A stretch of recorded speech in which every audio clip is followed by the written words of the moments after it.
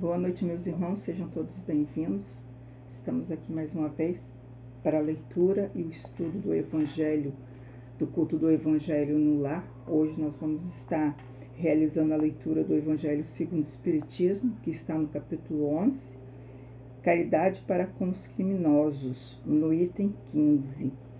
Então, antes de iniciarmos o nosso estudo, vamos convidar todos que estejam nos acompanhando às terças-feiras, e nós já estamos presencialmente aos domingos na nossa casa.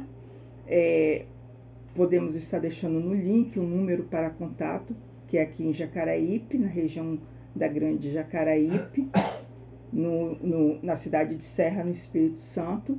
Estão todos convidados a estar participando do modo pessoal, né? Ao vivo agora, graças a Deus, seguindo todos os protocolos, conseguimos retornar. E vamos então fazer a nossa prece para iniciarmos o estudo da noite. Amado Mestre Jesus, gratos te somos pela oportunidade de estarmos aqui reunidos para trazer a nossa vivência, a companhia de irmãos queridos, caridosos e abnegados que vêm nos auxiliar no nosso estudo e na limpeza fluídica da psicosfera da nossa casa.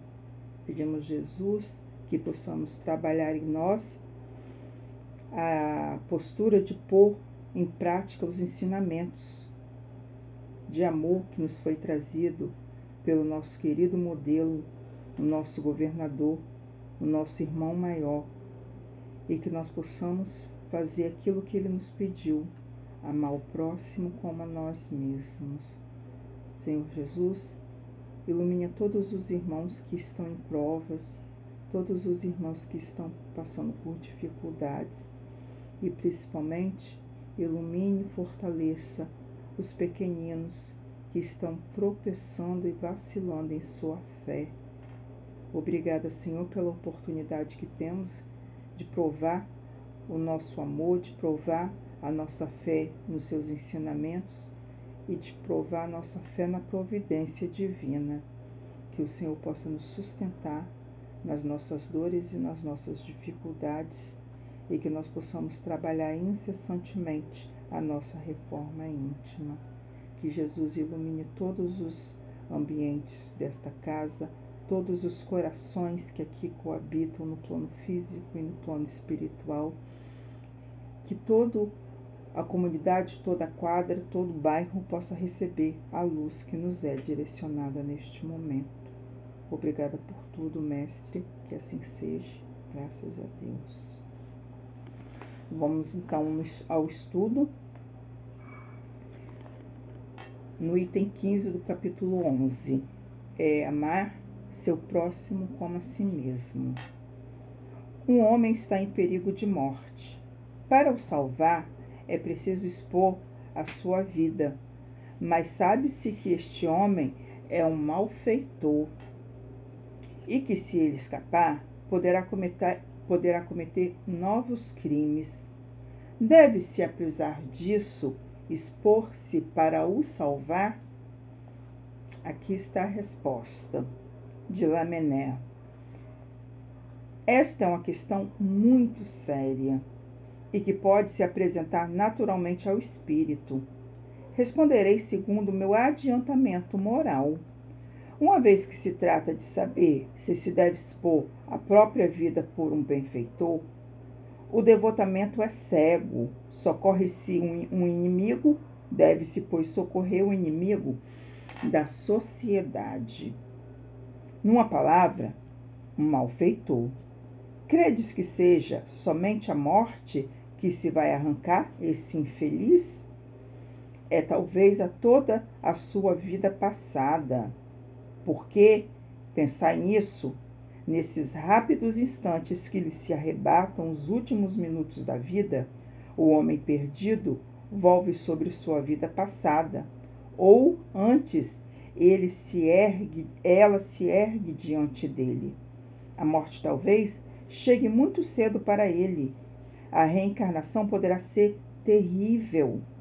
Lançai-vos, pois, homens, vós a quem a ciência espírita esclareceu, lançai-vos, arrancai-o a sua condenação, e então talvez esse homem que morreria vos insultando se atirará aos vossos braços.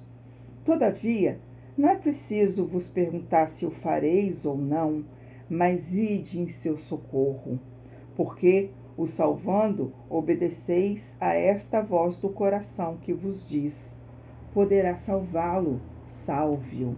Lamennais, Paris, 1862.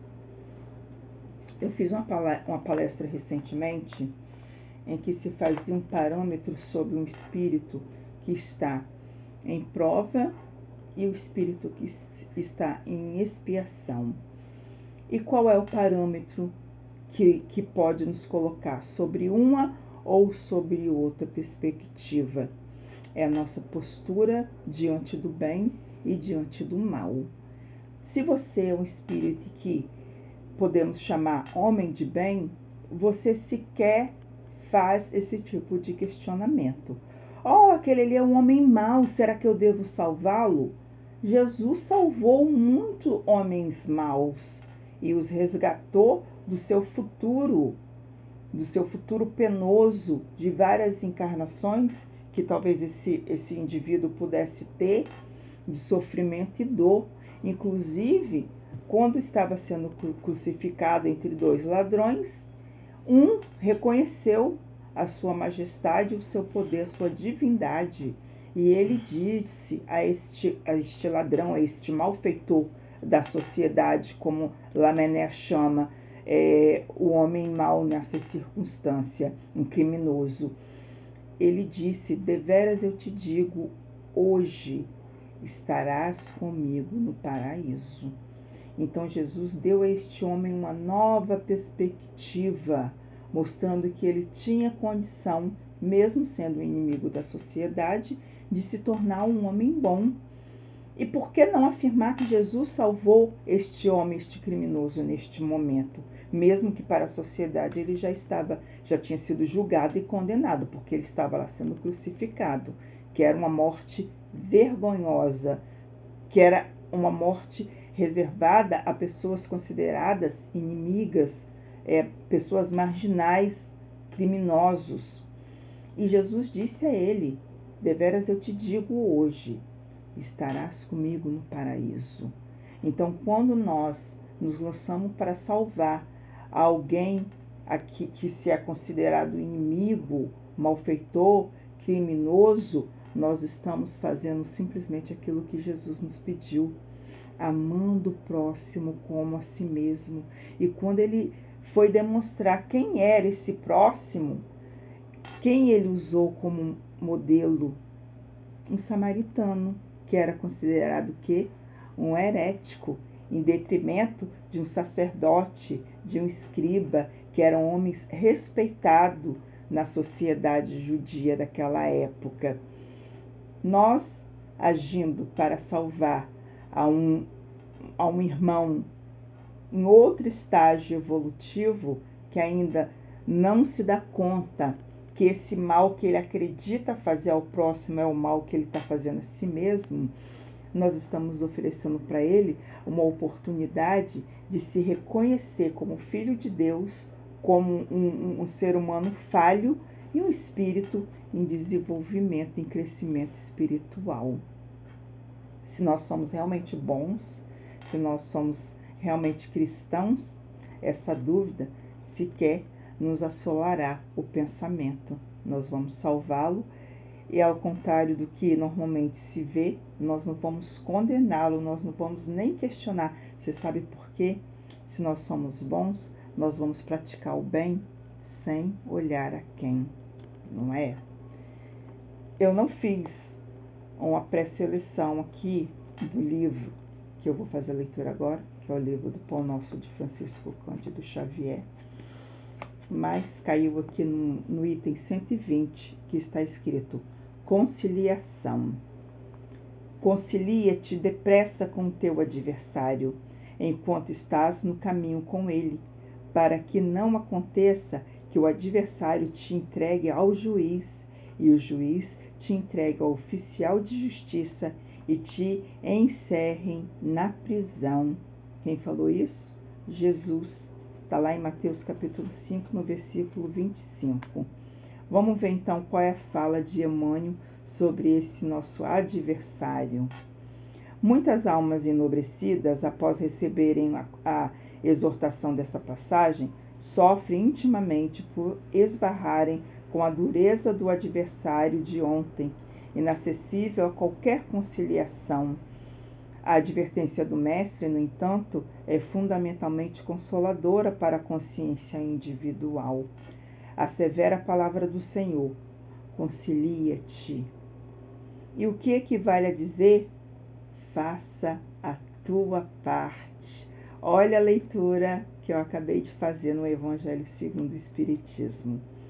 Não se trata do outro, se trata de você, algo que está relacionado de si para consigo mesmo.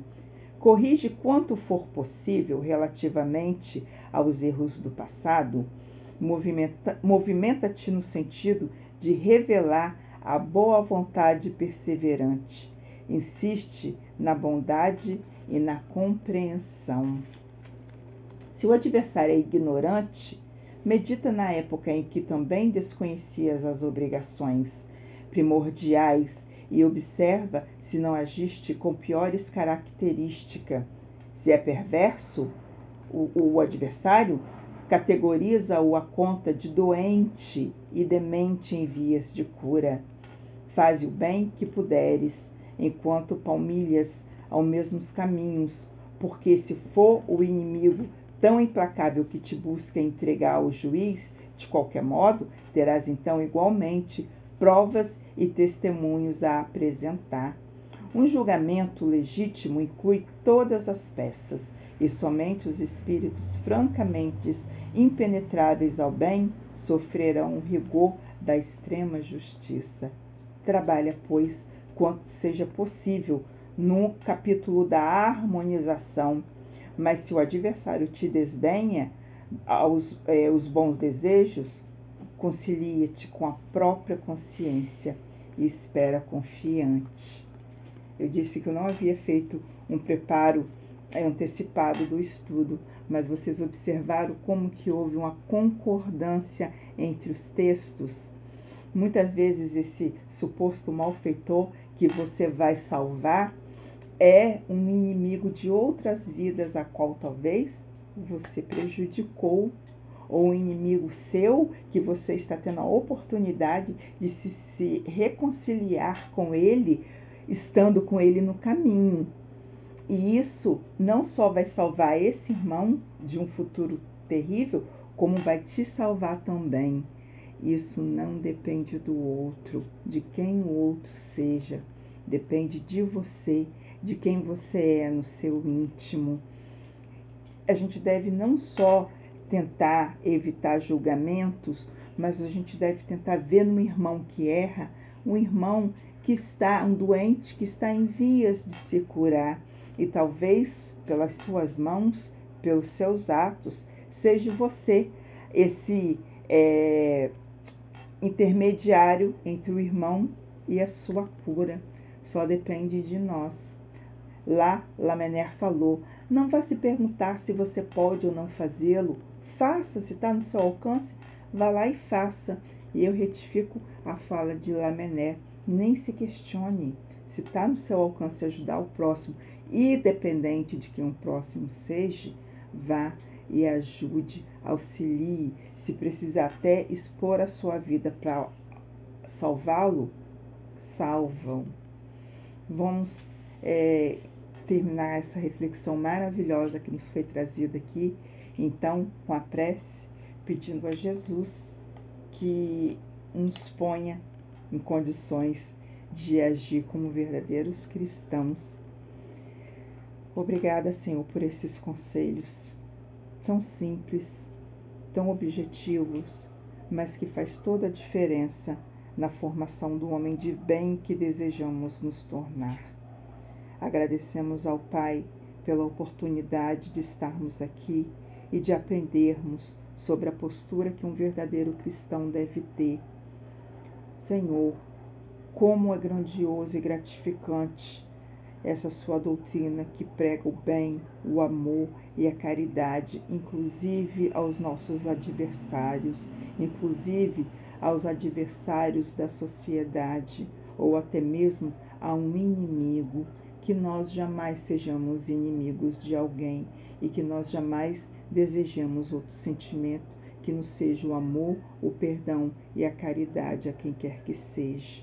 Muito obrigada, Senhor, por essa reflexão grandiosa. Muito obrigada pela oportunidade dos ensinamentos que nos é direcionados. Que o Senhor esteja em nós e que nós possamos estar em Ti também, ó Mestre querido. Muito obrigada aos irmãos de luzes que nos guarda, que nos orienta e que nos auxilia de forma fraternal. Que a luz do nosso Pai Criador se faça para nós a cada dia na prática do bem. Que assim seja. Graças a Deus. Que maravilha, né, irmãos? Vamos então beber a aguinha fluidificada.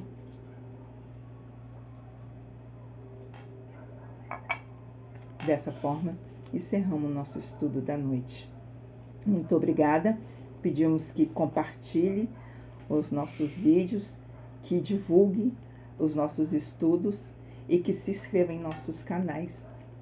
Beijo, fiquem com Deus. Boa semana a todos.